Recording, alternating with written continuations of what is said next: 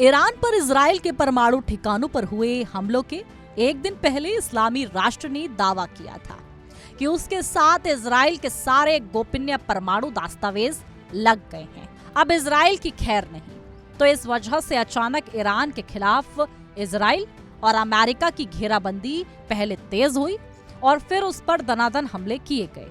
हालांकि इजराइल बहुत पहले से कहता रहा है कि वह अपने पड़ोसी और दुश्मन देशों के पास परमाणु बम होने की किसी भी संभावना को होने ही नहीं देगा। उससे पहले ही उन्हें नष्ट करने की कोशिश करेगा। इजराइल ऐसा कर भी चुका है। शुक्रवार को इजराइल द्वारा ईरान पर जो हवाई हमले किए गए, उसके बाद उसने यही दावा किया कि उसने ईरान के परमाणु ठिकानों को तबाह कर दिया है। हालांकि दूसरी ओर ईरान का अलग ही दावा है। ईरानी आधिकारिक वेबसाइट पर्स टुडे ने ईरान के सरकारी टेलीविजन के सूत्रों से बताया कि इस्लामी गणतंत्र ईरान के खुफिया तंत्र द्वारा इजरायली यानी जायोनी शासन के विरुद्ध इतिहास का सबसे बड़ा खुफिया प्रहार किया जा चुका है।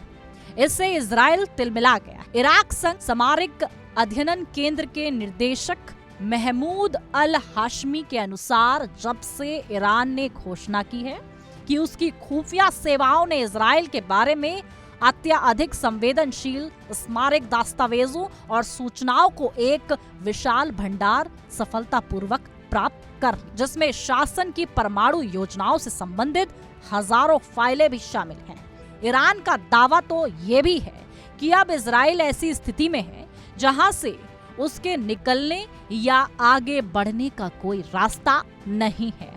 पर्स टुडे ने ईराना के हवाले से बताया कि ईरान द्वारा किए गए खुफिया दावों को कोई नकार नहीं सकता।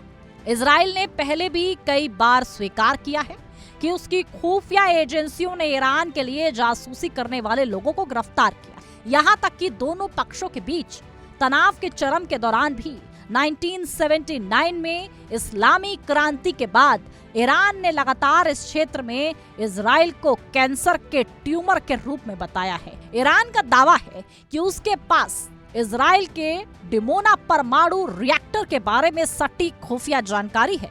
वहां तक वह कभी भी हमला कर सकता है। उसका दावा तो ये भी है कि उसने इस परमाणु ठिकाने को नुकसान पहुंचाया है। इसी वजह से इसकी दीवारों में दरारें आ गई हैं। विकिरण रिसाव हो रहा है।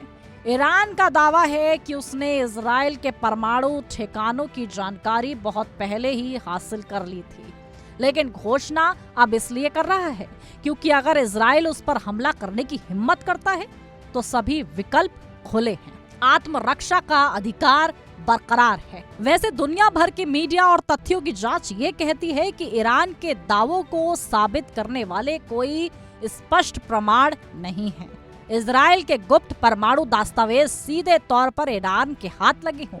अब ऐसे में कई सवाल खड़े हो रहे हैं। इस हमले को लेकर तमाम जानकारियां सामने आ रही हैं, उनकी पुष्टियां की जा रही हैं। ऐसे में इस पूरे वॉर पर आपकी क्या राय है? कमेंट बॉक्स में अपनी राय जरूर पेश करें।